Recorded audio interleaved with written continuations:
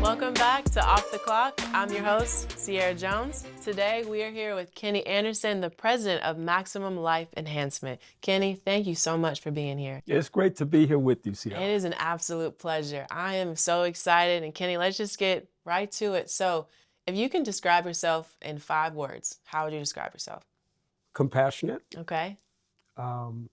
curious, Hmm. committed, service-oriented, and invested. Wow, those are some powerful words.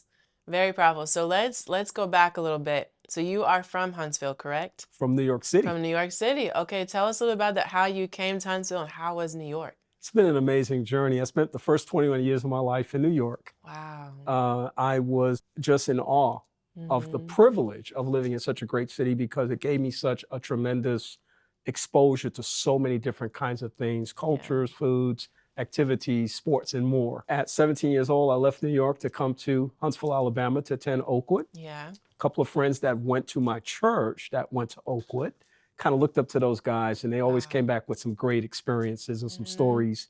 And I told my parents I'd like to give it a shot. It's one of the best decisions I ever made in my life. Yeah. And that's how I ended up being here. Graduated with a degree in psychology and decided to stay here and plant my roots, and been here ever since. Wow. And so when you graduated Oakwood, did you go get your master's or? I worked for a period of time because I had a degree in psychology. So I worked at what was then the Huntsville Rehabilitation Center. And today it's known as Phoenix. Yeah, yeah. And it's a real fascinating story about that too, but I worked there for the first 10 years of my career outside of Oakwood. Okay. During that time, I got my master's degree, and then I transitioned into full-time counseling, which is what I always had wanted to do. Wow. So I went to work for a company called Charter Retreat Hospital, and I was a counseling center director here in town. And I was able to do that one-on-one counseling thing that I had always wanted to do. Wow. And ended up spending time in that space for about another 5 to 10 years Okay. in various capacities, doing adolescent aftercare work, as well as a little private practice and so much more. So it was really fascinating to do that. But the full circle part of that is my first job out of college was at what is today Phoenix. And I just finished a term, 6-year term as a board member, the last 2 of which I was board chair. So here's a place I started so many years ago, and then so many years later had the chance to come back and serve as a board member, and then the last 2 as board chair. That is so neat. At 17, did you always want to be a counselor? Was that something that you knew that you wanted to do? This is interesting too. I came to Oakwood to be a theology major. Oh, wow. And I came very excited because Oakwood was a school that was known for training preachers. Right. And I thought that's what I wanted to do. Wow. I really spent some time in that first year examining the concept of being called to ministry. And I decided that I was not being called to that type of ministry. And what was very interesting, I think that God did call me to a ministry, which was to serve other people through the capacity of psychology and some of the other things that I've done. So I ended up claiming psychology as a major, and the rest is history from there. Wow. So what has been the biggest challenge early on when you were working counseling and even at Phoenix? What was the biggest challenge with? Because you have to listen to a lot of people's problems and issues and all the above. How was that? Well, you obviously know a little bit about that process because you absolutely at the core of everything you do for success, I think, in that work is listen. Yeah. You have to have the capacity to hear other people's hearts, not just their heads. And you have to be able to understand the context in which they're experiencing life and be able to suspend judgment, which is very difficult for us to do as humans. Yeah. You have to be able to think in a very broad way, because the way that you may know, think, or understand something may not be the thing that that person needs. So you have to have a lot of flexibility in that space. And I learned that as well. I think one of the most important things I learned, though, was that you have to do some introspection. You have to learn something about you. And I think that I've taught myself and allowed myself to be educated enough over the years about me as much as I have about anybody else. Because the better I know and understand who I am, the better I think I'm prepared to serve someone else and to be a part of somebody else's life and experience in a way that can be helpful and beneficial to them. So the whole journey has been a process of self-discovery, deepening an appreciation for self-awareness, how I show up around people, what value does that have to them because I'm authentically and genuinely experiencing life as they may see it. Yeah. So there's an element of empathy there as well, Mm. and the ability to really connect with people in meaningful ways that can be appreciated and Yeah. valued in Yeah. terms of not what I need for them, but Hmm. what they need for themselves. Right. How did you become so self-aware? Because that's not something everyone just does naturally. Like I know for myself, it took me a minute to be very self-aware. It really began with listening. You know, if you listen enough to what other people say, you have to stop for a minute and go, did Mm. that make sense? Yeah, that's Yeah, true. and I'm not just talking about what they say, I'm talking about also what they're doing. What does that mean?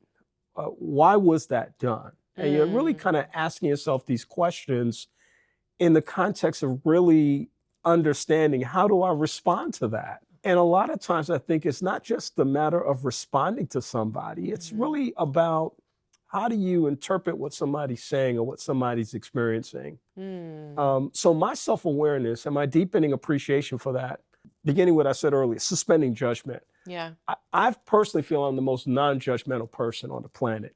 And I say that with all due respect to anybody else that may feel Right, that right, as right. well. Mm-hmm. But I literally take people as they are. I don't come in saying, oh, I heard this about you, or you look a certain kind of way, so this is what I think about you, or Mm-hmm. people have said this or that about them, and so now that's what I believe about that. No, I mean, I'm genuinely interested and curious about who a person is. I want Mm-hmm. to learn about what's happening in their life. Yeah. I want to learn about what makes them who they are Mm-hmm. and what's valuable and important to them. And Mm-hmm. so for me, self-awareness begins with that. Listen more than talk. Mm. Um, be present and Yeah. available more than be ready to act or Mm-hmm. speak. Yeah. And so that for me, I think has been critical in being able to develop meaningful relationships with other people. Yeah. And someone watching right now, so one, that was beautiful what you just said. I took a lot from that. But you just talked about being present. Now that's something as well that with our time and day, it is very hard to be present. So what are some practices that you've seen for yourself that have worked that allowed you to be present where you are? Being present has to have some element of intentionality to it. So we know that we're connected, as you suggested, I believe, in Right. society today. We've got our phones all the time. We're Right. always on the internet. We've got some Right. kind of device in our hands, or we're anticipating the next thing happening. Right. And all of that is fine as Mm-hmm. long as we contextualize it and we exercise discipline as Mm-hmm. far as those things are concerned. So, to the extent that you have an opportunity perhaps to unplug Yeah. or separate yourself from the devices, do Yeah. so. Mm-hmm. Time out yourself. You know, we used to always talk about that as relates to Yeah. behavioral challenges with Mm-hmm. children. Well, let's apply that to ourselves as young people, as young adults, as older people, middle-aged people, seniors. Let's unplug from what can be a very toxic experience if we have too much of it. Yeah. We don't have a filter, or we're getting so much negativity in that context. I think Mm-hmm. it's real important to create boundaries as Yeah. far as that's concerned. Mm. You know, when you go to bed at night, turn the phone off. Yeah. You know, at least put it on silent. Mm-hmm. You know, don't walk into situations with the expectation that I've got my hip assistant with me or my partner with me. Mm. And at some point, I'm going to get a text. I'm going to have to answer. You know, I literally remember driving from New York to Huntsville. Oh, wow. It was an 18-hour drive, Yeah. and there were no cell phones. And in 18 hours, a lot can happen. Right. But I didn't know about it till I got to my destination That's true. a Ooh, 1,000 that's miles away. powerful. Yeah. And Mm-hmm. so it's like, you know, and people of my age can remind themselves about what that was like Mm. and just create those kinds of boundaries. People of this generation can ask themselves, what is the cost at the end of the Mm. process of being so deeply invested in those devices Yeah. that it actually creates separation and distance from you and dilutes the quality of your personal, genuine, authentic relationships with other people? Mm-hmm. And if that has some value to you, and I tell you it will, Right. then what do you want to do about that now? And so I Yeah. think that's part of the ways people Yeah. can think about that. That's really, really good. So Kenny, you talked about your journey from New York to here to Huntsville and even the transition from counseling.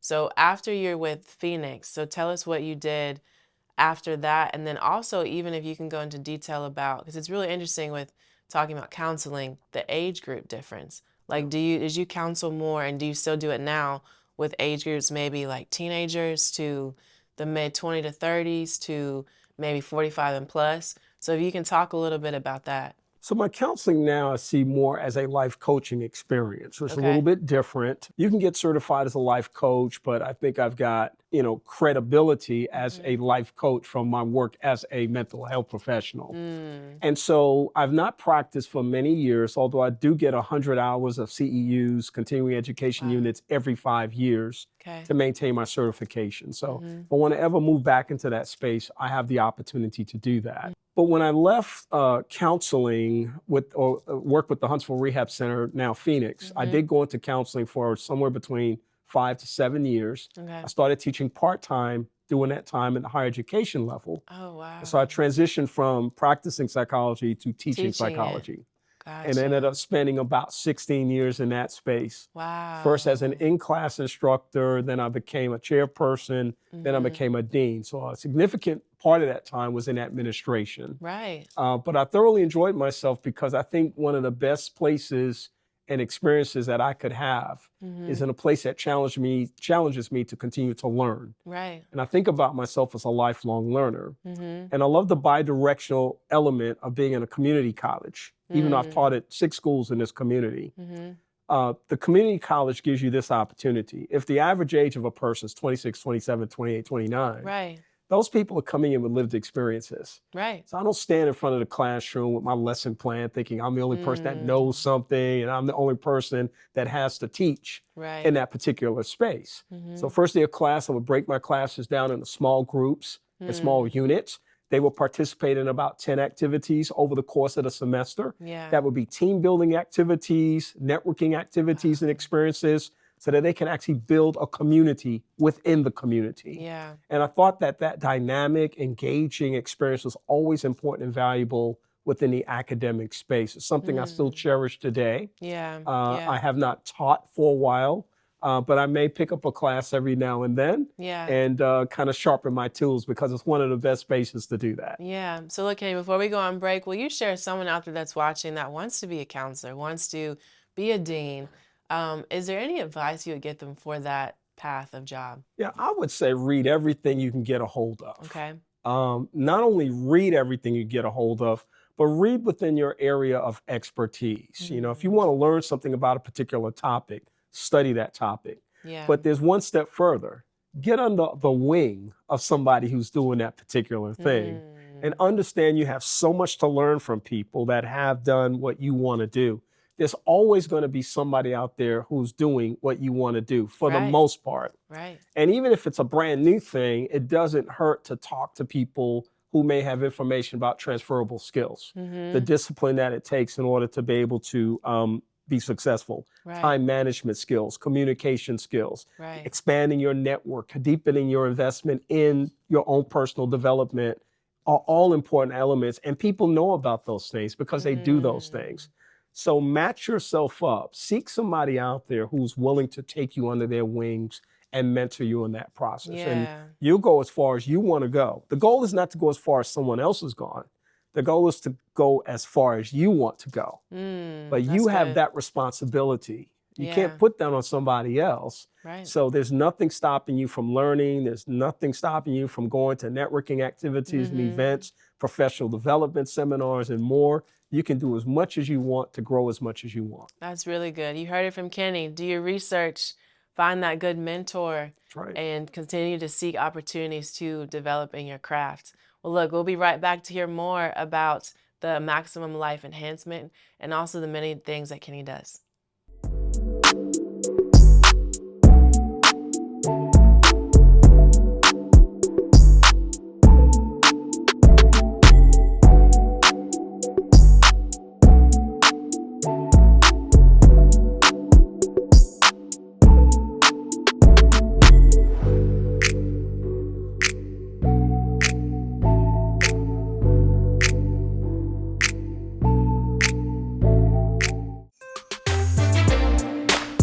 Welcome back. We're here with Kenny. So we know that you do so many different things in Huntsville. So just tell us about, I know you do the scholarships and all different things. Just tell us a little bit about it. Yeah, so very quickly, going back to 1995, I started a Okay. small business called Maximum Life Enhancement. I Mm-hmm. was a mental health professional at that time, and I really wanted to find ways to help people stretch themselves and Hmm. expand their capacity to be everything that I believe people can become. Yeah. Sometimes it's a matter, unlocking that door is really a matter of challenging oneself or putting Mm. oneself in the right position to discover what they have the potential to do or aligning themselves with the right resources. And so that's Yeah. basically what that business has been. Okay. It's not a local business. I travel all over the nation doing Wow. training seminars, professional development sessions. I attend conferences and more, Mm-hmm. designed to really help people maximize the quality of their life and experiences. Okay.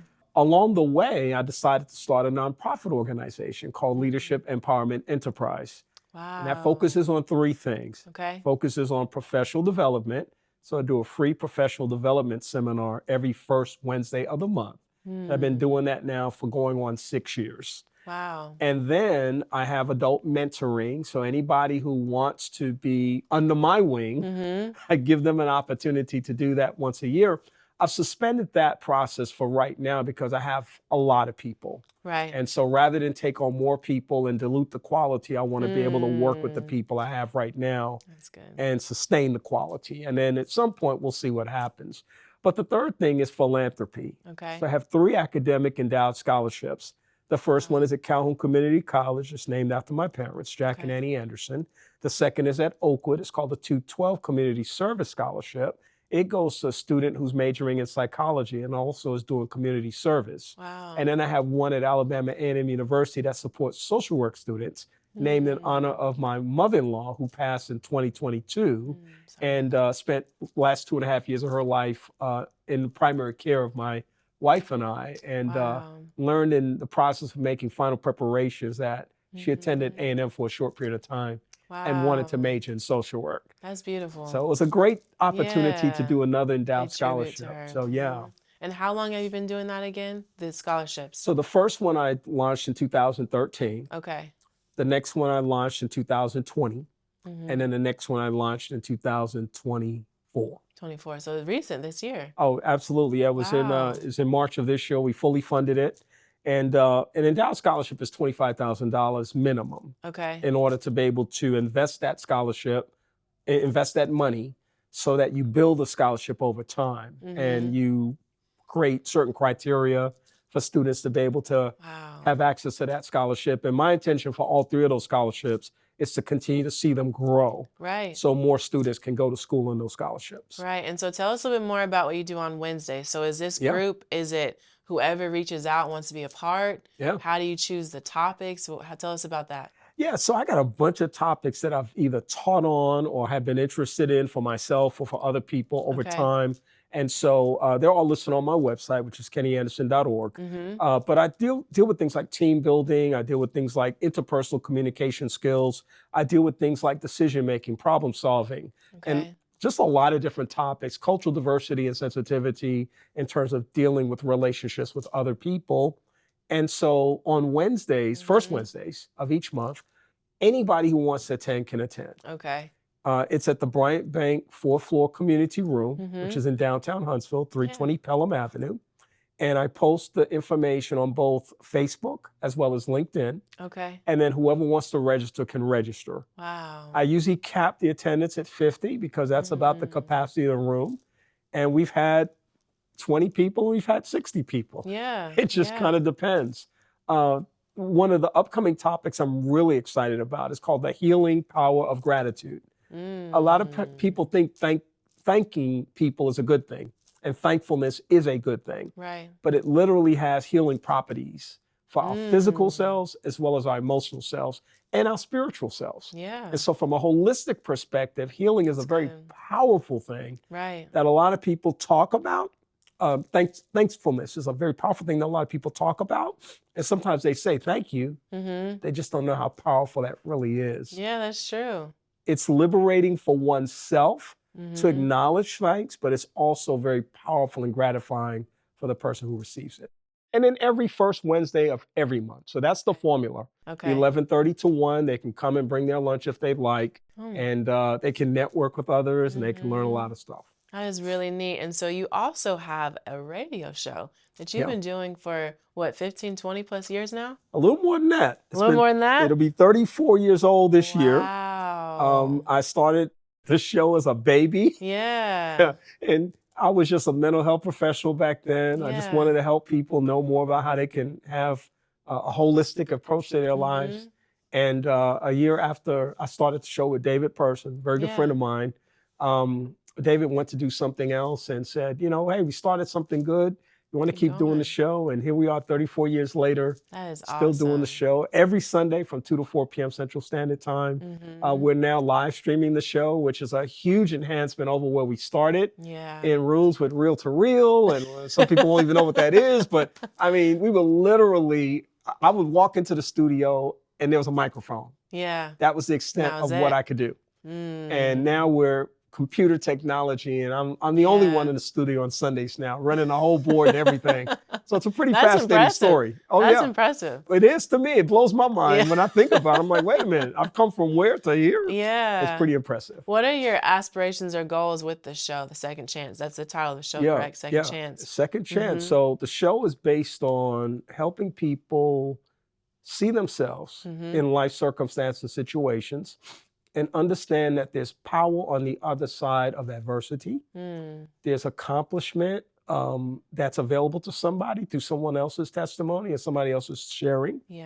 That you can overcome adversity. We do all kinds of stuff. We talk to authors, we talk to business owners, we talk to nutritionists, we talk to people who have the capacity to promote spiritual growth and development. So we talk to a lot of people, not just here, but around the nation and around the world. Because now we have the ability to do that. We're on the internet and we live stream. So we want people to have access to this space that is a no judgment space where people have a chance to share information that can be both inspirational and informative on a consistent basis at no charge. All they have to do is turn the dial or click the switch or punch the button and they can have it. Yeah, so we know the history about the show. So tell us how you and Mr. Pearson were able to come up with the title of the show. How did that come about?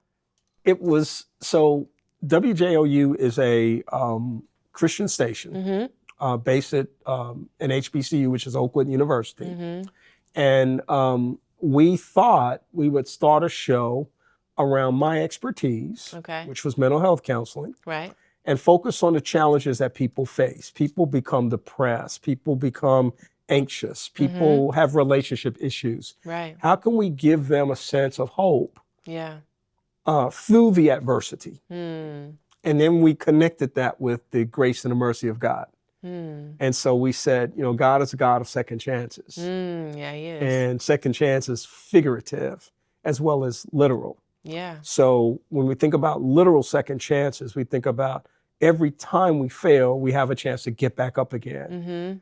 Figuratively, it's like endless. It's like there's never a time when you run out of second chances. And so we hope that that title would be inspiring to people and show them a point in time that they can look towards to say, this too shall pass. You know, the storm will pass over. You know, all the cliches that you want to bring in there, but in very practical ways, understand that the thing that somebody's talking about is something that you can maybe hold on to and move yourself past the point of hope or past the point of despair in order to connect with the point of hope. Through your nonprofit, are you looking, is there anything new on the horizon that you're working on, or that you're partnering with someone else to try to grow a little bit even bigger in Huntsville? Yeah, well, I think certainly the foundation is there right now with the scholarships, and I've already talked with another local school about doing a fourth endowed scholarship. So that's going to be pretty exciting when that happens. I'm also writing a book, which is pretty exciting right now. I'm inspired by authors, and I know they're out there. Yeah, they are. Authors like yourself. I know you're an author. You've been on my radio show. But I'm writing a book. The book is called Because of the Journey. And it's a kind of a combination collection of experiences and learning lessons and best practices. Oh, that's good. And so I'm kind of looking at my journey in multiple phases. Yeah. And what have I learned through the journey? Ooh, I can't wait to get the book. Yeah. Can't wait, can't wait. Do you think it'll be next year? Oh, yeah. Yeah? 2025. Okay, I'm We're gonna be coming looking out for it. Oh, we're coming out. 2025. I will not be deterred. I will not be denied. It's Yeah. happening. I'm writing every day right now. Quick question for you, 'cause this show is called Off the Clock. Yeah. So when you're not doing the scholarships and you have the Wednesdays and writing a book, what do you like to do for fun?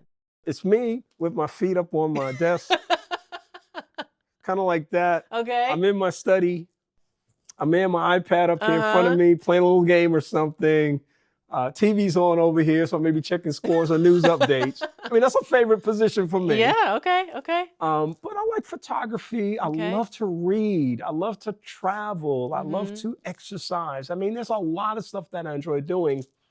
But, you know, I'm getting more and more comfortable with the notion of sometimes there's nothing to do. And as much as anything from a perspective of self-care, I think we tease ourselves and train ourselves to think there's always something you have to be doing. It's a bad thing that we're sitting here. Some of my off-the-clock time is best spent when I have nothing to do. And I'm trying to keep a balance in terms of my life as far as that's concerned. So self-care is the top priority in my life, and whatever that means to me. And that's holistic. That's nutritionally, spiritually, emotionally.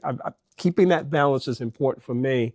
And those things are as important as anything else for my life. Thank you so much for being here. Now, before we go, is there anything last you would like to say to those watching? I think one thing I would say to people is that one of the most important and most valuable things you could do for yourself is to just get out of your box, whatever that box might be. This is a big world. There are a lot of people out there. And I think that every time we have a chance to expose ourselves to new learning, new people, new experiences, our whole world begins to expand. I always like to say we don't know what we don't know. That's good. But if we stretch ourselves, we will discover things that will deeply enrich the quality of our lives. We'll be surprised in some instances. We'll be blown away in other instances. But I guarantee you we'll be inspired by that process. That is so good. You have shared so many great things. Now, Kenny, if they want to get in touch with you, what is the best way to get in touch with you? KennyAnderson75@gmail.com is my email. You can also reach me at 256-679-4241. Check out my website at www.kennyanderson.org. And if you didn't catch that, you can scan that QR code and it'll take you right there. Kenny, again, thank you so much. And those watching, join us next time to see who's off the clock.